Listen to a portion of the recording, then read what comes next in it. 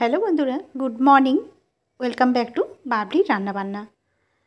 আজকের রেসিপি দুধ পটল বানানোর জন্য সবার থেকে প্রথমে পটল নিয়ে পটলগুলোকে ভালো করে ছুলে নিয়ে ধুয়ে নিয়েছি। এবার আমি একটা কড়াইয়ের মধ্যে সর্ষের তেল দিয়ে তেলটাকে গরম করে তেলের মধ্যে দিয়ে দেব পরিমাণ মতো অল্প নুন দিয়ে ভালো করে খুন্তি দিয়ে দেখো তেলটাকে একটু নেড়ে চেড়ে নিলাম। এবার এই যে পটলগুলোকে আমি ছুলে রেখেছিলাম সেই পটলগুলোকে এবার তেলের মধ্যে দিয়ে দেব। আর পটলগুলো মধ্যেখান থেকে একটু সামান্য করে চিড়ে নিয়েছি যাতে করে পটলের ভিতরে ভালো মতো মশলাগুলো যায়। এখন নাড়াচাড়া করে নিয়ে পটলটাকে একটু ভেজে নেব। তবে এখানে আমি হলুদের গুঁড়ো দেব না, এখানে শুধুই তেল আর নুন দিয়ে পটলটাকে একটু ভেজে নিচ্ছি। আঁচটাকে কমে রেখে এভাবেই নাড়াচাড়া করে ভেজে নেব। আর এরকম দুধ পটল খেতে গরম ভাতের সাথে খেতে ভীষণই সুন্দর লাগে। কম আঁচে একটু নাড়াচাড়া করে নিয়ে পটলগুলোকে একটু ভেজে নেব। তবে খুব বেশি লাল করে ভাজার প্রয়োজন নেই। পটলের গায়ে যখন একটু রং চলে আসবে তখনই আমি পটলগুলোকে নামিয়ে রেখে দেব। ওই কড়াইয়ের মধ্যে দিয়ে দেবো আমি সর্ষের তেল। পুরো রান্নাটাই সর্ষের তেলেই বানাবো। ফোড়নের জন্য এখানে আমি দিচ্ছি 5 ফোড়ন। তোমরা চাইলে এখানে গোটা জিরে দিতে পারো, তবে যে কোনো নিরামিষ রান্নায় 5 ফোড়নটা দিলে খেতে ভীষণই সুন্দর হয়। এবার 5 ফোড়নটা দিয়ে তেলের মধ্যে একটু নাড়াচাড়া করে ফোড়নটাকে একটু ভেজে নেব। কিছুক্ষণ ফোড়নটা যখন ভাজা হয়ে যাবে এবার আমি এর মধ্যে দিয়ে দিচ্ছি 2টো তেজপাতা। আগে থেকে এখানে আদা জিরে বেটে রেখেছিলাম, সেই বেটে রাখা মশলাটাকে দিয়ে দিলাম। নিরামিষ রান্নায় জিরে বাটা দিয়ে রান্না করলে ভীষণই সুন্দর টেস্ট হয়। এবার দেখো দিয়েছি আমি লঙ্কা বাটা। সব মশলাগুলোই আজকে শিলপাটায় বেটে নিয়েছিলাম।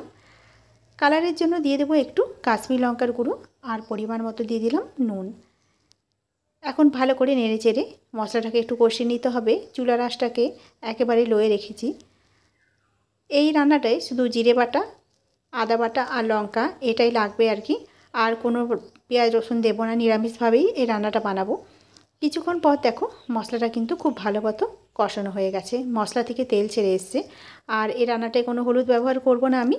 আর এখানে নিয়েছি আমি কাজু বাদাম বাটা 25 গ্রামের মতো কাজু বাদাম একটু শিলপাটায় করে বেটে নিয়েছিলাম।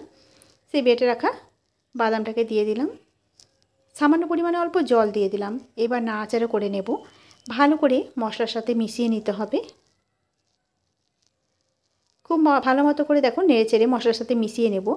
আর আঁচটাকে একেবারে লোয়ে করে রেখেছি। কিছুক্ষণ এভাবেই নাড়াচাড়া করে নিলাম। এভাবেই নাড়তে নাড়তে যখন দেখব মশলাটা প্রায় কষানো হয়ে গেছে এই পর্যায়ে আমি দিয়ে দেব ভেজে রাখা পটলগুলো দিয়ে আবারও একটু নাড়াচাড়া করে নেব। যেহেতু পটলগুলো তখন ভালো মতো আমি ভাজিনি, তাই এখন মশলার সাথে ভালো মতো করে কষিয়ে নেব যাতে পটলটা কষাতেই যেন ভালো মতো সেদ্ধ হয়ে যায়। আর এখন চুলা আঁচটাকে লোয়ে রেখে কিছু সময় ধরে আমি ঢাকা দিয়ে রান্নাটা করে নেব। কম আঁচে ঢাকা দিয়ে পটলটাকে নাড়াচাড়া করলে পটলটা খুব ভালো মতো সেদ্ধও হয়ে যাবে আর মশলাটাও কিন্তু খুব ভালোভাবে কষানো হয়ে যাবে। কিছুক্ষণ পর আমি ঢাকনাটাকে খুলে দিলাম, মধ্যে 2-1 বার একটু নাড়াচাড়া করে নিয়েছিলাম। এখন দেখো মশলাটা ভালো মতো কষানো হয়ে গেছে। আর যেহেতু কাজু বাদামটা দিয়েছিলাম অনেকটাই প্রায় তেল ছেড়ে এসছে। এবার আমি আবারও ভালো করে নাড়াচাড়া করে মিশিয়ে নেব। পটলগুলো দেখতেই পাচ্ছ, দেখেই বোঝা যাচ্ছে কিন্তু পটলগুলোও সেদ্ধ হয়ে গেছে। এবার আরেকবার এভাবেই নাড়াচাড়া করে নিচ্ছি।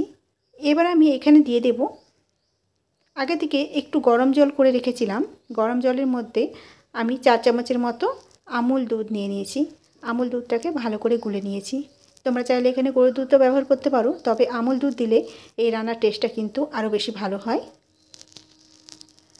এবার আমি দুধটাকে পটলের মধ্যে ঢেলে দেব, দিয়ে আবারও নাড়াচাড়া করে ভালো মতো মিশিয়ে নিতে হবে। পটল প্রায় সেদ্ধ হয়েই গেছে। এবার যতটুকু বাকি আছে এই দুধটা যে দিলাম এই দুধের মধ্যেই সেদ্ধ হয়ে যাবে। কোনো রকম জল আর ব্যবহার করব না। একটু নাড়াচাড়া করে মিশিয়ে নেব। গরম গরম ভাত কিংবা রুটি দুটোর সাথে খেতে কিন্তু এই দুধ পটলটা খেতে ভীষণই সুন্দর লাগবে। কিছুক্ষণ দেখো নাড়াচাড়া করে নিচ্ছি আর চুলার আঁচটাকে কমে রেখে এবার ঢাকা দিয়ে কিছু সময় ধরে রান্না করে নেব। আবারও কিছুক্ষণ পর ঢাকনাটাকে খুলে নিলাম, মধ্যে 2-1 বার নাড়াচাড়া করে দেখে নিয়েছিলাম। ভালো মতো দেখো তেল ছেড়ে এসছে আর পটলটা কিন্তু খুব সুন্দরভাবে সেদ্ধও হয়ে গেছে। কালারটা দেখতেই পাচ্ছ কতটা সুন্দর হয়েছে আর লোভনীয় দেখতে হয়েছে। এবার আমি পটলটাকে নামিয়ে দেব। এর থেকে বেশি আর শুকনো করব না, এরকম একটু গ্রেভি থাকলে খেতে বেশ ভালো লাগবে। তো তৈরি হয়ে গেল আজকের রেসিপি দুধ পটল। আজকের রেসিপি তোমাদের কাছে কেমন লেগেছে অবশ্যই কমেন্ট করে জানাবে। আজকের মতো রান্না এ পর্যন্তই।